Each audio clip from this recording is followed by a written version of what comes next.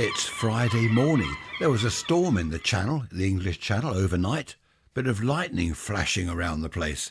It's Friday, 23rd of February, 24. What's the time? 7:30 in the morning, nice and early. 6 degrees centigrade, 43 Fahrenheit. 88% humidity, water-filled air. 987 millibars. And the flag is a little bit of a breeze from the west. I can see blue sky up there. Sun is shining, a little bit of blue sky. Very nice. The weekend apparently is going to be a complete washout. No doubt you're wondering about the screeching seagulls at the beginning of the episode. Quite a few of you have said that you miss the seagulls. When I used to do the recording in the shed at the end of the garden, there were seagulls and squirrels on the shed roof bashing around, seagulls screaming. And a lot of you liked that. Of course, now I've moved into the indoor high-tech studio. You don't hear the seagulls. So I've just put a few there at the beginning as a sort of intro. You can't please all the people all the time, but some of the people some of the time or something. I might not do it every week. You know me, I'll probably forget. Anyway, let's move on. What did you do? It's half term, school holiday, it's raining, you're stuck at home indoors. Dad's at work, Mum's busy doing housework. Is that sexist? No, that's all right. Back then, in the 50s, Mum did housework. She was a housewife. Imagine calling a lady a housewife today. You get a belt over the head with a frying pan. But what did you do? It's pouring with rain. You're on school holiday. You look out of the window. It's miserable. It's chilly. What a rotten British summer we're having. Bear in mind, you weren't the only child. You perhaps had brothers and sisters. You had friends. In fact, children all across Britain. Thousands, possibly hundreds of thousands of children are all stuck at home. I'm bored. What can I do? I'm bored. I want to do this. I want to do that. Well, you can't. It's raining, so shut up. I tell you what I did. I had a Meccano set, a lovely Meccano set, huge thing. I used to play around with that. I'd build things. Had the electric motor. I built a gearbox. I built this sort of car engine thing where the motor was the engine. I made a clutch out of 2 wheels and I padded them with some cloth for the sort of clutch lining. Won't bore you with all that. And what was it? 3 forward gears? No, 2 forward gears, 1 reverse. I put all the cogs together. Took me hours, but it worked. And once I got bored with the Meccano set, I would pull the old valve radios to bits. You know, the 1940s valve radios. I used to get hold of those from rubbish dumps and wherever. People would give them to me. And I'd try and repair them. Unsuccessfully, of course, so I'd end up putting them to bits.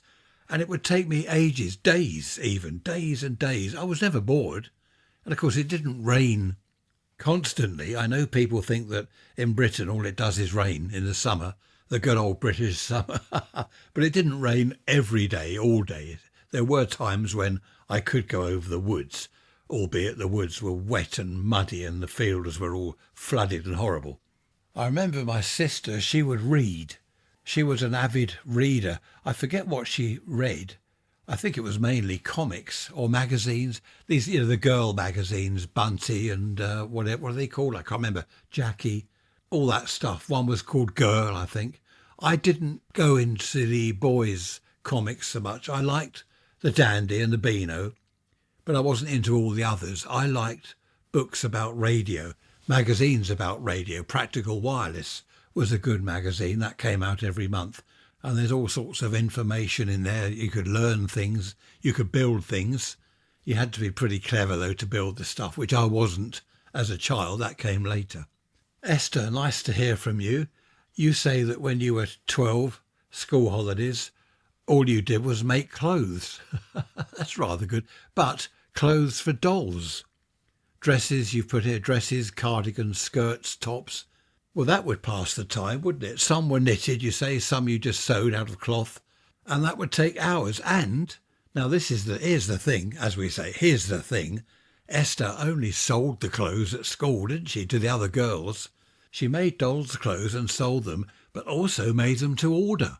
Other girls would give Esther measurements of their dolls and tell her what material they wanted, what design they wanted. And she used to make quite a lot on top of her pocket money. Now that's good. I do like that. Turn a horrible wet day into something profitable. That is good. Good on you, Esther. Thanks for contacting me. I do like that one. An entrepreneur at 12 years old.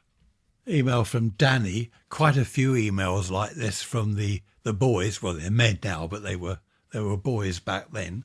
He went to work with his dad. His dad was self-employed carpenter, and he went to work with his dad and helped doing woodwork stuff like that. So he was never bored. And Danny says he ended up a carpenter himself. So even on a summer's day, he says he wasn't over the woods mucking about with tadpoles, as you put it. He wasn't wasting time mucking about with tadpoles. He was with his dad learning a trade. So when he left school at 16, that was it. Went in with his dad, worked for him, and eventually ran the business himself when his dad retired. A lot of male correspondents have said that's what they did. They went to work with their dad if they could. I mean, obviously not everyone could. So that's interesting because you're learning a trade at the same time if you go and help your dad out at work. I remember some friends of mine on a rainy day, they just stayed in bed. I couldn't do that. I know a lot of teenagers, when I was in my teens, a lot of them at Saturday, Sunday, they spent half the day in bed. I couldn't do that. I wanted to get things done. I wanted to get out and enjoy stuff, do things. I couldn't stay in bed. And even now, well, this morning, for example, awake at 4:30, up at 5:30, have a shower, get dressed. Trisha's still asleep. And I'm in here answering emails in my high-tech recording studio, answering emails. Had a chat to someone on the radio, a local radio amateur. He was up early as well. We had a quick chat, cup of tea. I just can't abide staying in bed, especially till lunchtime. That's what a lot of my friends did. I remember them saying, "Oh, horrible day yesterday. I just didn't get out of bed." Dreadful waste of a day, especially in the summer when it's a lovely day. There's nothing better than breakfast on the patio. The sun's coming up, 6 o'clock in the morning. You're out there with your breakfast, cup of coffee, the birds are singing. Oh, don't. It's pouring. I nearly said something else then. Another word beginning with P. It's pouring with rain at the moment. The wind is from the west. It's lashing with rain. But it is winter, as Trisha keeps reminding me. Whenever I complain about the weather, she says, well, it's not summer yet. We're still in winter officially. We are. It's still February, so I shouldn't complain. Well, I do, and I will. I know I'm very lucky because I don't think I've ever been bored in my life. I can honestly say I don't remember ever being bored. There's always something to do, always stuff going on, places to go, things to do. And I do know that a lot of people suffer from boredom. I know a friend of mine recently was saying to me he doesn't like gardening. There's nothing to do. He hasn't got a hobby. He is bored. He sits at home bored. That doesn't compute with me because if the sun came out now, for example, after I've finished having a chat with you, if it was sunny, I'd go out in the garden. I'd be doing this, doing that, mucking about, digging up weeds out there for the tortoise. Oh, Gary loves the weeds. He's all right, by the way. He's waking up properly now. Trish said he's not stomping around much like he used to. And I said, well, hang on a minute. Imagine if you had spent 3 months in bed, not moving, asleep, and then suddenly you get out of bed.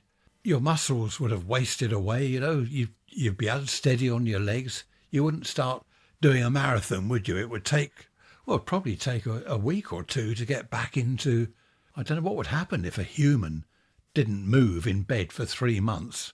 Well, you get bed sores, but what would happen to your muscles? Of course, no food. So Gary was losing weight over the winter months. Anyway, he's wide awake now. He's eating well and he's enjoying his basking lamp in his house and is no doubt raring to get out into the garden, as I am. Back in the 50s, of course, there was no daytime television. There was Children's Hour that came on at 5 o'clock, or was that might have been later in the 60s. I can't remember. But there was no TV during the day, so that was no good. The radio, well, kids didn't really listen to the radio. There was nothing on there. Well, there was, I think they had children's programs later on in the day on the radio. I didn't listen to those. I was too busy tuning around the shortwave bands, listening to stations from far off lands. That kept me busy in the evenings, because that's when signals are really strong in the evenings on the shortwave bands. I would be listening to stations from all round the world. That was fantastic. Email from Jerry. He says, do you remember the expression, shut the front door? I don't, Jerry. Shut the front door. I've never heard that. I've heard, I'll go to the foot of our stairs. I don't know what that means. I can't find out what that means. No one knows what it means. But I do remember that being said in the 50s as a form of explanation. I'll go to the foot of our stairs. Well, Jerry reckons that's the other one. Shut the front door. Aren't there some weird expressions around? Absolutely straight. I mean, I'm always saying stone the crows. Daughter number 3 doesn't like that because her and her partner, they feed the crows. And she says, I don't want them stoned. Why don't you say stone the magpies instead? Magpies, I like magpies. I really do, but no one else does because they kill smaller birds. A chap I knew used to shoot them. He said it was quite legal. He'd hang out of his bedroom window shooting magpies. Is that legal? He said it was. I remember when I was a child, I first heard the expression, put the wood in the hole. And this chap was, my friend's older brother, was talking to me, and I'm thinking, what's he on about? He said, go on, put the wood in the hole, it's cold. Then he laughed. He said, you don't know what I'm talking about, do you? And I said, no, what wood in what hole? He said, the door. Oh, put the wood, oh, I get it, yes. Another time, the same chap said to me, when I went in there, this was a friend, lived just down the road from me. I went round there and he said, were you born in a barn? And I looked around, what do you mean, born? No, of course I wasn't born in a barn. He said, well, you've left the door open. I didn't know, again, I didn't know what he was talking about. He did it deliberately because he knew that I wouldn't know what he meant. And he was always coming out with things. He said once, put another shilling in the meter.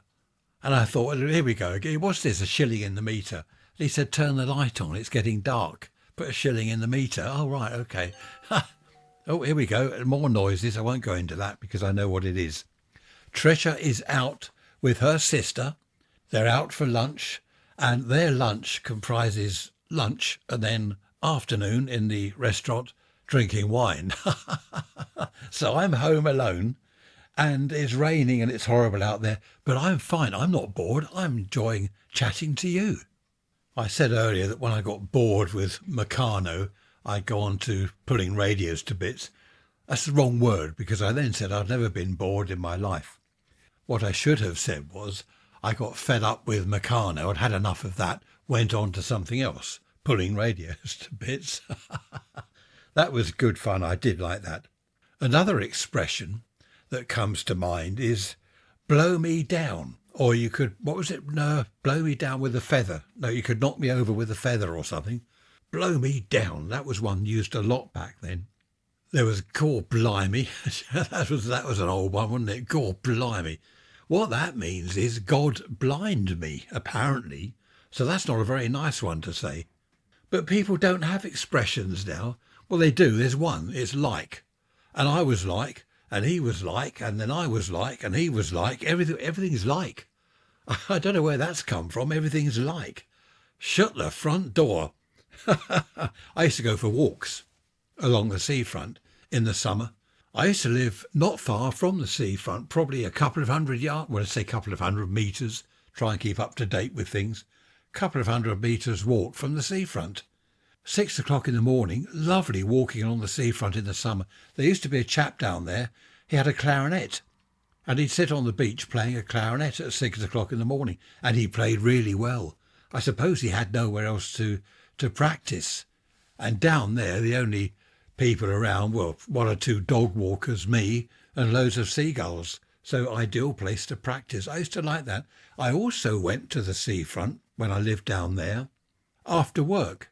I'd finish work about 4:30, 5 o'clock, and then go for a walk along the seafront. I don't like the sea or the beach. I never have. But it was so close to where I lived. It was lovely just to walk along the seafront, only for an hour or so. Just walk along there, listen to the seagulls, breathe in the salty air. It was rather nice. Had I lived near the woods, that would have been my choice, the woods or the sea. It would have been the woods, of course. But that was a long time ago. Stone the crows, that must be No, sorry, Stone the Magpies. That must be getting on. That's 30 years ago. Is it 25, 30 years ago? Doesn't time fly? That's another odd expression. Time doesn't fly, does it? Birds fly, aeroplanes fly. What does fed up mean? Because I said that earlier. I should have said fed up instead of bored. Fed up. I suppose it means you're fed, like you've had enough food. Is that it? You've been fed up and you can't take any more. Perhaps that's where it comes from. I don't know. That's another one to look up. My Look Up Things book is now so full I've got to get another book. I'm going to have to start volume 2.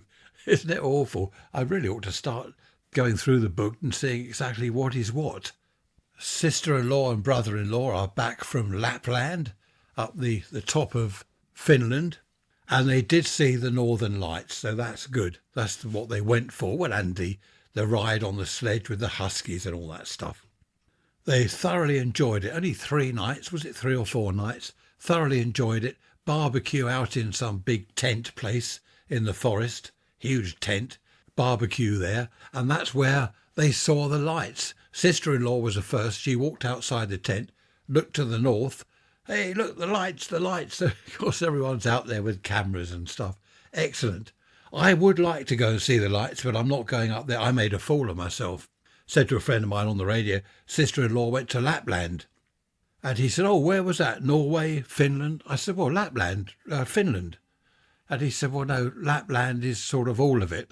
Oh, is it? I made a fool of myself. I didn't know that. I thought Lapland was the top of Finland.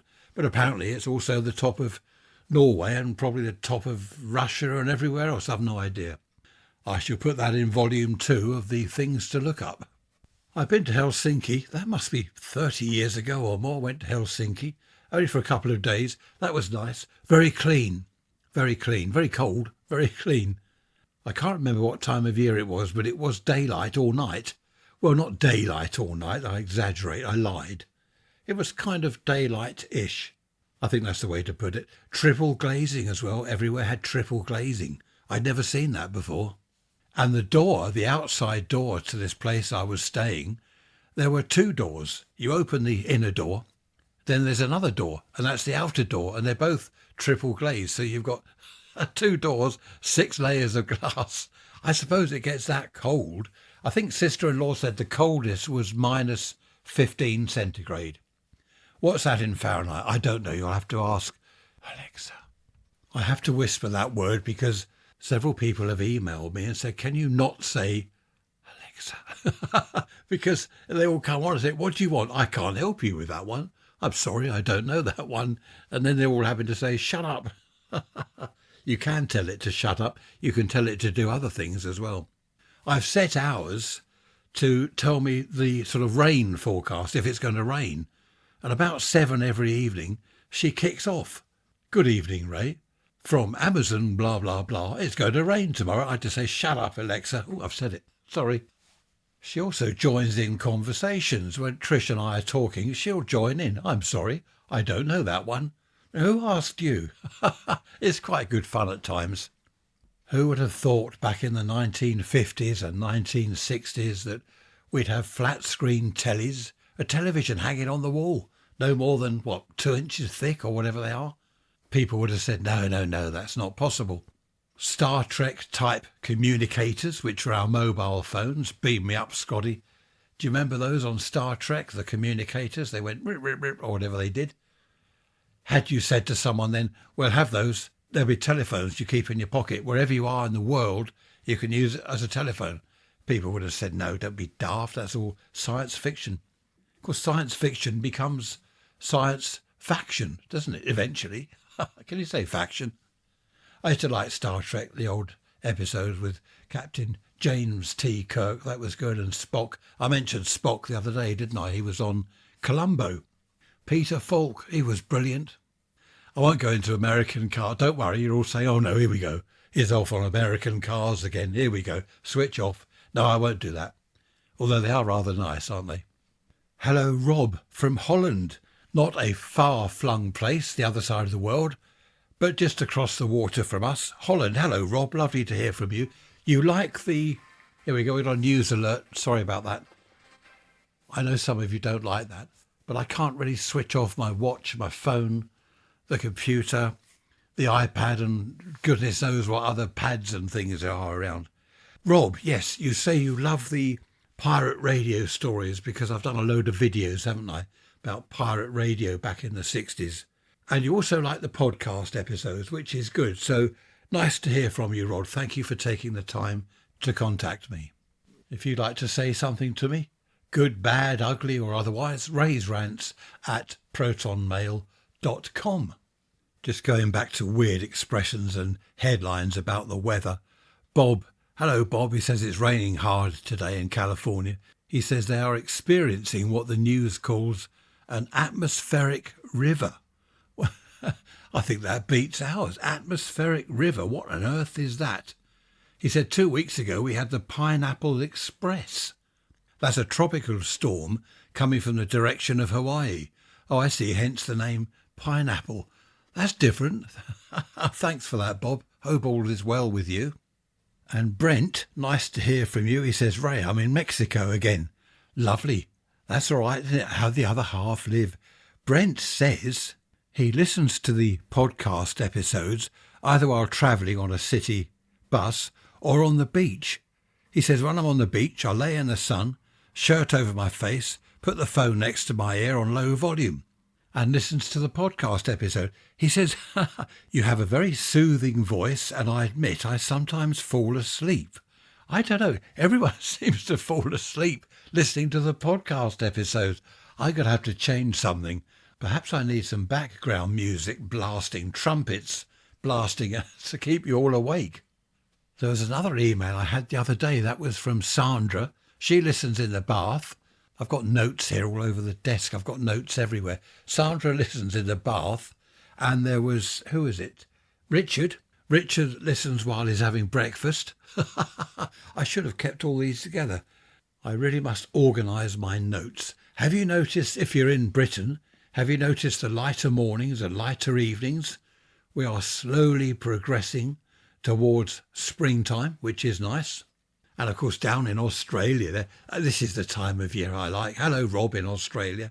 Your winter is coming. Mind you, your winter is better than our summer, isn't it? I remember Rob saying, oh, it's 30 degrees today. Midwinter, 30 degrees. Was it 30? I can't remember, Rob. You'll have to remind me. But I do like it when I can say our summer is coming and your winter's coming. It's about us. I mustn't make fun. Mustn't make fun of the people down under. Oh, I have asked. Did you answer me, Rod? Do you call us the people up over? We call you, like you're down under. Do you call us up over? Or are we down under to you? Because you're the right way up and we're not. Be interesting to find out. I've just been downstairs to make a cup of tea and I had a look at the weather house. Do you remember those? It's a little wooden house, a little ornament really, and there's a man and a lady, and they're hanging on my grandfather called it cat gut. I'm not sure whether it's actually made from the guts of cats. Anyway, it's hanging on a bit of this cord stuff, and when it's raining, or when it's going to rain, the man comes out, and when it's not going to rain, it's going to be warm, sunny weather, the lady comes out, well, dry weather anyway, the lady comes out. And the man's out at the moment because it's pouring with rain. But it's rather good. Do you remember those? I don't know whether people have them these days. Trisha's mum bought me this for Christmas years ago. I'd mentioned it and she happened to pick up on it. And she bought me one as a present. She said it was a job to get hold of one because nowhere sells them. Well, obviously somewhere did. And it's really good. It's pretty accurate. My grandmother, she used to hang seaweed outside her back door. They had a covered porch bit, so it wasn't in the rain. And the seaweed, if the seaweed was damp, it was going to rain, was it? Or if it was pliable, if it was dry and hard, then it was going to be a sunny day, something like that. And she swore by it. I've got a stone, this is funny, hanging on the wall and on the patio. There's a stone hanging on a piece of string. And there's a notice under it, and it says, if the stone is wet, it's raining. If the stone is white, it's snowing. If the stone is swinging, it's windy. If the stone is dry and warm, then it's sunny. Something like that. Anyway, it's daft, but it's accurate. It is accurate, I'll give it that. Do you know, all these old methods and things of predicting the weather, the forecast. They worked. I think a lot of them worked. It's a myth that cows lying down in a field means it's going to rain. Apparently that's rubbish. But a lot of these old wives' tales, there's something in them, you know, and the medicine they used to use, herbs and stuff. They go into the woods or the fields and they pick certain plants and do whatever they did with them. Smush them up in a bowl and mix them with water and boil them up. And they cured people. They cured various ills with these things. And of course, a lot of herbs are used today. Why am I going on about herbs? I don't know. Well, because of the old ways of telling what the weather was going to do, whether it's going to rain or not tomorrow. It's interesting, and I think there's a lot in it. I think they're probably, dare I say it, I think some of the old methods of forecasting the weather, like bits of seaweed and people coming in and out of a house, the man and the lady, probably more accurate than the millions of pounds worth of computers they've got these days. As I've said in the past, a barometer on the wall in the house, just tap the glass gently. I know you're not supposed to. Tap the glass and see which way the needle's going. Stormy, rainy weather or clear, dry weather. That's pretty accurate. It's all it is air pressure. That's how they work. It's only air pressure. But it's very accurate. What's that bird? I'm looking at a bird over the road. I've got to change my glasses because I think he is he's a magpie. I thought it was a jay. I had the wrong glasses on. I won't shoot it. Well, I haven't got a gun. I don't think I'd like to shoot the magpies, even though they're not nice to little birds. Well, they're not nice to them. They murder them. But I don't think I could shoot them. I'm getting a lot of news alerts today, and I have to keep editing them out because they're all about the same thing. You know, have you heard, about this thing that we had in the House of Commons? Was it Wednesday? I can't remember when it was. Oh, it was dreadful. There was chaos in Parliament. Chaos, they're calling it. And I think they're right. I won't go into it because we don't do politics on here. This is where we escape all the horrible things in life, isn't it? On the Rants episodes, they're all about nice things, like shooting magpies. No, seriously.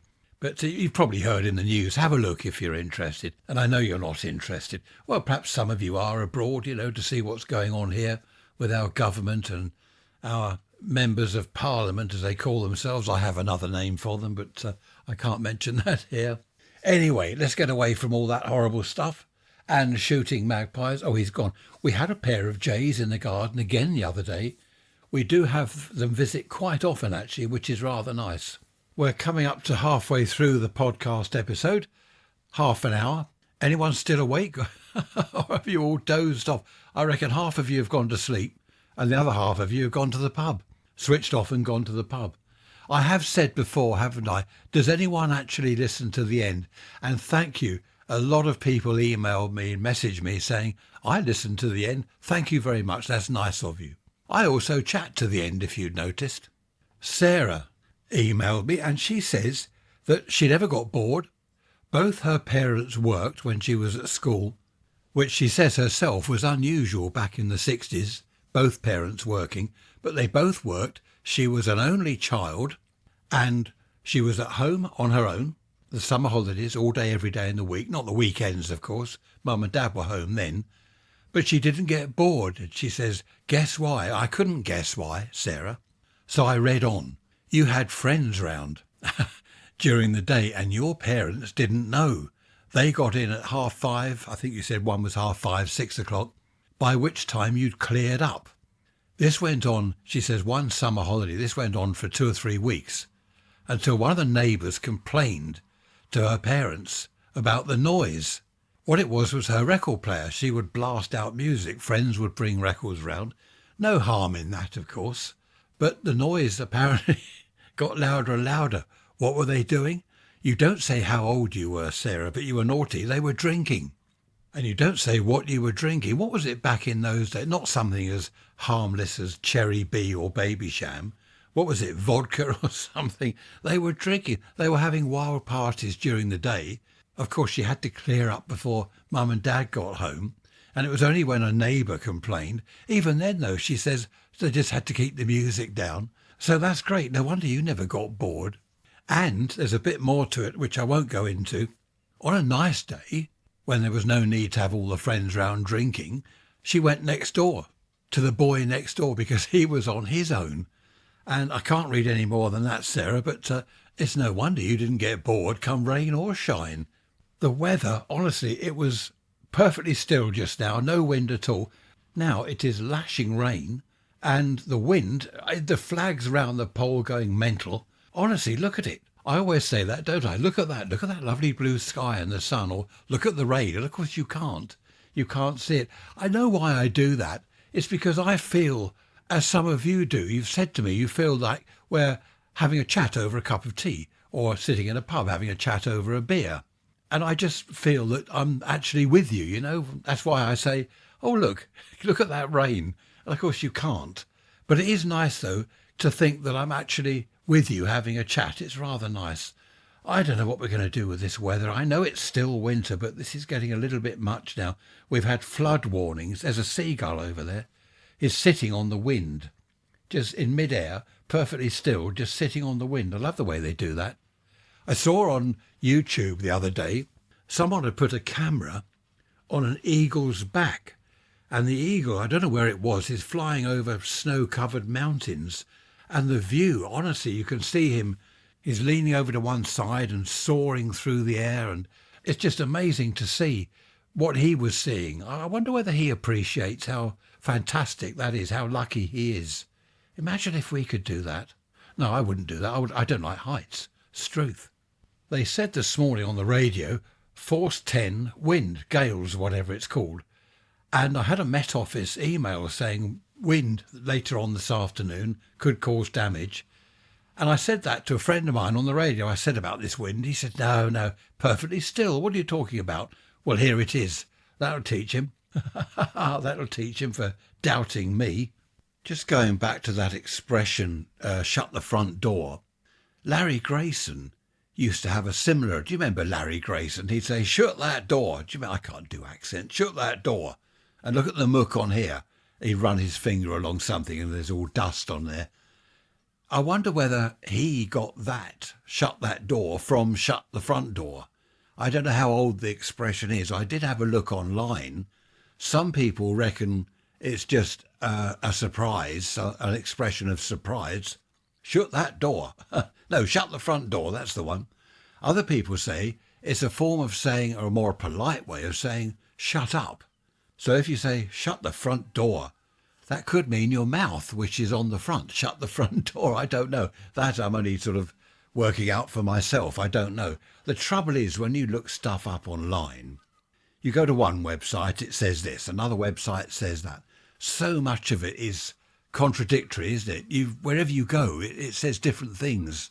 What I tend to do online is, depending on what I'm looking for, I'll gather information from 2 or 3 websites or maybe more, and then take it all together and come to my own conclusion, evaluate all the information I've got, and then decide for myself what I think is right. The seagulls are going mental this morning. They really are going mad. The sky is now really blue, so that's nice. Anyway, let's move on. What's next? I was talking to a friend the other day and he said, when you were a child, did you have picnics in the garden rather than going out all the time to the woods or the beach or wherever? We did actually. Well, I say picnics. We would very often in the summer, we'd have tea in the garden. Do you remember, did you have afternoon tea? Sort of a cup of tea, jam sandwich. I love jam sandwiches. And a piece of cake, piece of Swiss roll, something like that, in the garden. I think that happened when we got in from school, all us kids, 4 of us got in from school, and Mum would have either a cup of tea ready for me, the older one, or orange juice, Corona, cherryade, cream soda, limeade, fizzy stuff, all bad for your teeth. And in the summer we'd sit in the garden on a rug on the lawn and have a sort of picnic. Talking of tea, who remembers when it was made properly in the 1950s and even into the 60s? My grandmother, she'd get the teapot and she'd warm it with warm water from the kettle, rinse it around the teapot, make sure it's nice and warm, tip that down the sink. Then, out of the tea caddy, who had a tea caddy? It was a tin, wasn't it, with a lid? And in there is all the tea, not tea bags. And you'd have a teaspoon, not a little teaspoon you eat boiled eggs with, a proper teaspoon, a wide thing, more like a a scoop, not a shovel, a scoop. And you'd have one scoop per person and one for the pot. So she'd put all the tea in, say there's 3 of us, so it'd be 1, 2, 3, 4 scoops of tea in the pot, boiling water, and it had to be boiling to burst the leaves. It had to be boiling, not just almost boiling. She'd fill the pot up, give it a good stir, put the lid on, and then put a tea cosy. Who remembers tea cosies? Over the teapot. That kept it warm. A tea cosy, you'd knit them yourself, okay? Grandmas and all these old people, they knit tea cosies while they're knitting boots for the latest grandchild that's due any minute now, and a little bobble hat and little mittens or whatever. They'd also knit scarves and tea cosies. Oh, and swimming trunks. Do you remember we talked about that a while ago? Can you imagine? Can you believe it? Swimming trunks were knitted. They were wool. Of course, as soon as they got wet, they're heavy, they sag, and sometimes drop down your legs. Right, moving on swiftly. So the tea cosy was basically a coat, a woolen coat, for the teapot, and you put that over the teapot to keep it warm.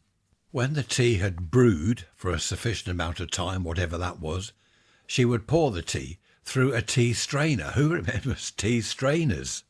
This was great. This was when tea was made properly, into a proper cup. So this tea strainer would fit on top of the cup, and she'd pour the tea in. It would collect all the leaves, which you then tip back into the teapot, so it could brew a bit more. And then add the milk and sugar. Some people had milk first, some had milk afterwards, but I like milk afterwards. Anyway, that's all beside the point. But it was all lovely back then. Everything was done properly. There were proper teacups and a saucer and a teaspoon on your saucer for stirring. These days it's a tea bag thrown into a mug, bit of hot water, stir that up, splash of milk, that's done.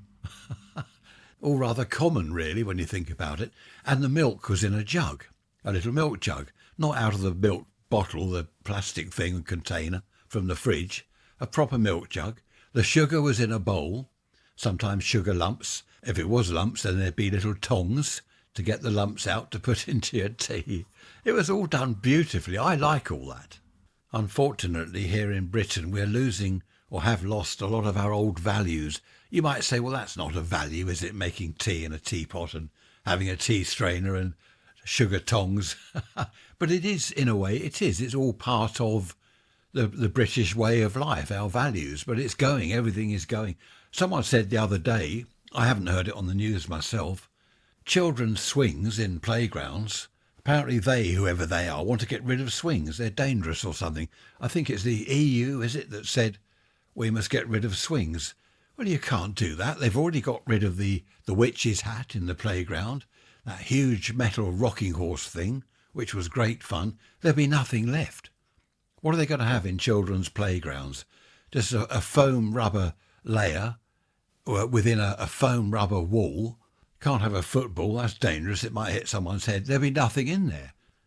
Next thing, they'll be wanting to get rid of the children themselves. I don't know where it's all going to end up. Anyway, we've got tea bags now thrown into mugs. We won't have swings in the playground. We can't do this, we can't do that. That sky is getting a lot bluer, actually. The flag's calming down a bit. Hopefully it'll be a nice afternoon. A nice afternoon for a fete on the village green. Who remembers that? Well, I suppose you'd have to live in a village to remember that. I remember the fete on the village green. There'd be old ladies. There are young ladies as well. Have to say that, don't you? There'd be old ladies selling their homemade jam, homemade marmalade. Can't do that now. EU, stop that. You're not allowed to do that unless you use new jam jars. You can't collect second-hand jam jars and marmalade jars, as everyone used to, in case they've got some sort of disease. They think that old ladies wouldn't wash them out properly before putting the marmalade and the jam in the jars, so you've got to buy brand new ones. That's another avenue of pleasure that's been cut off, as John Cleese would say. I don't know whether people sell homemade jam anymore. You've got to add the price of a jar, a jam jar. What do jam jars cost? New ones, I don't know. But it all adds to the price and it all adds to the palaver. So old ladies are going to think, well, I'll make my own jam then. I did say something then. Forget them, I'll just make my own jam and eat it myself. They'll have to go without. Each thing on its own that we've lost, like the teapot and the tea strainer, you might think, oh, well, that doesn't matter, does it, in itself? If you really want a teapot, well, you can buy them, get a tea strainer and do it like you used to. It's not a problem, which is true. If you want homemade jam, make it yourself or ask old ladies, give them some new jars or something. Again, on its own, it's not a real problem. But if you add all these little things up, it is a massive change in the way that we live. Really, that might sound silly, I know, but when you think about it, if you put all these little things together, what was it initially, years ago, the common market? You're not allowed to have bent cucumbers. The cucumbers had to be perfectly straight, so they fit in boxes for packaging and transporting. If they're slightly curved, oh, that's it, you have to throw them out. Waste them. And I don't know whether it was a joke, but people were saying, well, bananas should be straight as well, because they'd be easier to pack in crates. It's daft, isn't it? I don't know who these people are. They sit behind a desk somewhere, coming up with daft ideas.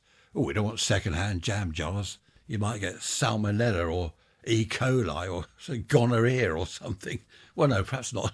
Anyway, moving on. I used to like the fete on the village green when I lived in a village many years ago. That was nice. Various stalls selling various things apart from homemade jam and marmalade. There would be people that had grown their own vegetables. You could buy marrows and all sorts of vegetables, cabbages, lettuces, all homegrown in someone's garden. So it was really good, decent quality, fresh produce, really nice. But I think it's all gone now. You're not allowed to do anything. A friend of mine used to grow tomatoes for a local greengrocer shop. He grew a load of tomatoes. He had a big greenhouse and he supplied the local greengrocer shop. He made money, the shop made a profit, and of course the tomatoes were local, fresh, really nice. Talking of fresh fruit and vegetables, that's something else we did when we were kids. Half term at school, summer holiday, go scrumping. Who went scrumping? I know I've talked about this before, but it was good fun. Someone emailed me when I mentioned it, I think a few months ago or last year. They said that's stealing. I know it's stealing, but, kids creeping round an orchard, eating a few pears, stuffing their pockets full of pears or apples. I know it's stealing, but that's what kids did back then. Well, no, I'm not saying that's what kids did. They didn't steal. Well, they did. Digging a hole even deeper for myself. But that's the sort of thing that we got up to. And yes, we got caught on occasion. Some old boy would come out, get out of it, oi, clear off you lot. And he'd throw things. I remember one chap, he threw rotten apples, ones that fall on the ground and he'd not collected up. They're going bad. He'd throw them at us. And miss, of course. That was quite funny. Not far from where I lived, there was a huge field full of strawberries. Can you imagine that? I remember with a couple of friends. At night it was dark. We'd creep along on our stomachs, flat on the ground. We'd creep along getting these strawberries. We didn't take them home. We didn't take a bag full and fill it up, take it home to mum. We would just eat them, crawling along between the rows of strawberries, eating them. And there was a bungalow. I think it's still there. It's not too far away. I'll have a look next time I drive out that way. And this chap came out of his bungalow and he had a shotgun. I don't know what he was doing with a shotgun. It wasn't a farm. Perhaps it was on the edge of her farm. Of course, that's all houses now. And he was looking round. He must have heard something or suspected something. The shotgun was broken over his arm. It wasn't sort of ready to fire, loaded. And he was just looking round. And he stood there for ages having a cigarette. And of course, we had to lie low between the rows of strawberries and wait till he went indoors again, which he did eventually. We didn't go back after that. Just in case he had a couple of cartridges in his pocket and decided the best way to get rid of us was fire pellets at us. I suppose, again, that was illegal. It was stealing, wasn't it? Thieving his strawberries. But we didn't do bad, illegal things. We didn't wreck telephone boxes and smash things up and mug old ladies. The things we did, okay, they might have been illegal, but they were, let's say, blue collar. That's an expression. Was it blue or white collar criminals, where they're not thieves and thugs, but they just fiddle paperwork in the office or something like that. So I suppose we were blue collar criminals. Some old people, just going back to kids and the things they did, some old people don't like children, do they? Don't like the noise they make. They'll move next door to a school and then complain about the noise the kids are making. All rather odd. Whereas other old people, they love kids. They love to hear them playing in the street, in the playground. They love their laughter and their screaming and everything, because I think it reminds them of their childhood. I like the sound of kids. There used to be a lot in our road. They've all grown up now, and they haven't been replaced. Well, there are one or two, but there used to be loads in our road. And it was great in the summer. They're all out there kicking a ball around and mucking about. Yes, sometimes the girls would scream and the boys would shout, but it's all part of childhood. I used to like all that. I miss that, to be honest. There was an old chap where I lived. He was in his 70s. And when we were playing football in the street, well, not football, just kicking a ball around, he used to come out and join in. Funny old chap he was. He loved it. He'd come out and kick the ball around with us. Whereas another one who lived not far away from him, this other one, he'd come out, "Get out of it, you lot. Go over the park and play with that. Clear off." Totally different. Isn't that strange? You probably can't hear them, but the seagulls out there are really going mental now. I wonder, we had that storm in the channel last night. I wonder whether there's another storm on the way. Now, they're a good weather forecast sort of device, the seagulls. Well, they're not a device, are they? But when they start screaming and swooping round, circling around, that often means that the weather is changing. There was a seagull over the back of us, and he would swoop into someone's garden. He'd swoop down, then swoop back up again and land on the chimney of the house. Then he'd swoop down to the garden, swoop back up again and land on the chimney. And I didn't know what he was doing. This happened not every day, but over a period of a couple of weeks. I'd watch him from the bedroom window out the back there. Eventually I found out what it was. He was harassing a fox. That's what it was. Well, 5. We had a family of 5 foxes over the back. There's a bit of wasteland at the back.